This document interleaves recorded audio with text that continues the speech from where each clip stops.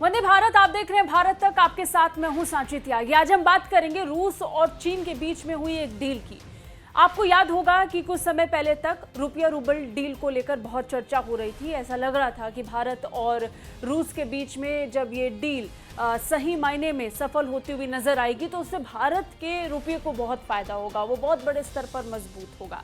लेकिन आपको ये भी जानकारी होगी कि ठीक ऐसे ही डील रूस चीन के साथ भी करने वाला था, युआन और रूबल में।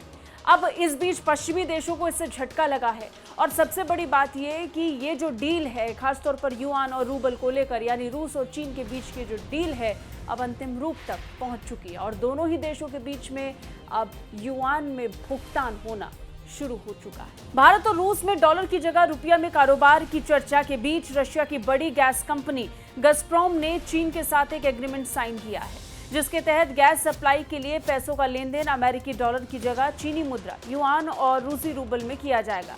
ये एग्रीमेंट रूस और चीन के गहराते संबंधों को भी दर्शा रहा है, जो जाहिर है पश्चिमी देशों के लिए चिंता की बात रहेगी।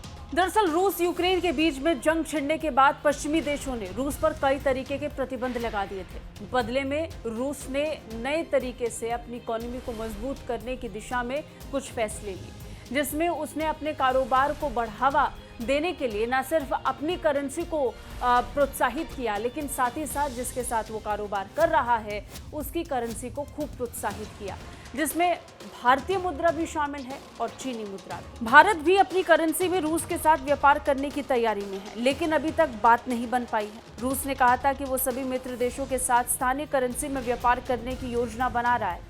भारत ने पिछले कुछ महीनों में रूस से तेल निर्यात बढ़ाया, लेकिन रूबल रुपये में व्यापार की व्यवस्था अब तक शुरू नहीं हो पाई। रूस की कंपनी अगर गजप्रॉम का जिक्र करें तो गजप्रॉम के सीईओ एलेक्सी मिलर ने चीन ऑयल ग्रुप सीएनपीसी के चीफ दाई हुलिंग के साथ वीडियो कॉन्फ्रेंसिंग पर मीटिंग के बाद बयान देते हुए कहा कि नए पेमेंट के तरीके से दोनों देशों को फायदा होगा।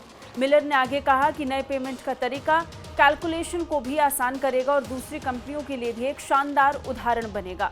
हालांकि गजप्रॉम की ओर प्रोजेक्ट को लेकर और ज्यादा जानकारी नहीं दी गई है और न ही ये बताया गया कि अब वो अपनी पेमेंट की लेन देन डॉलर की जगह रूबल और युआन में शुरू करेंगे तो कब से करेंगे। रिपोर्ट्स की माने तो कई देशों से आर्थिक प्रतिबंध झेल रहे रूस को इस बदलाव की इसलिए जरूरत पड़ी क्योंकि वो यूएस डॉलर, यूरो और अन्य मुद्राओं पर उनकी निर्भरता कम करना चाहता है। रूस भले ही डॉलर, यूरो समेत अन्य करेंसी पर अपनी निर्भरता को घटाना चाहता हो, लेकिन कहीं ना कहीं रूस अपनी करेंसी को बढ़ावा देने के साथ साथ जिस तरीके से अन्य देशों की करेंसी को भी बढ़ावा देने की बात कर रहा था, उसमें चीन तो एक कदम आगे बढ़ गया, लेकिन भारत अभी भी इंतजार कर रहा है। कैसे लगी हमारी ये रिपोर्ट, कमेंट करके जरूर बताइए। बाकी रक्षा और विदेश मामलों से अपडेट रहने के लिए देखते रहिए भारत तक। जय हिंद।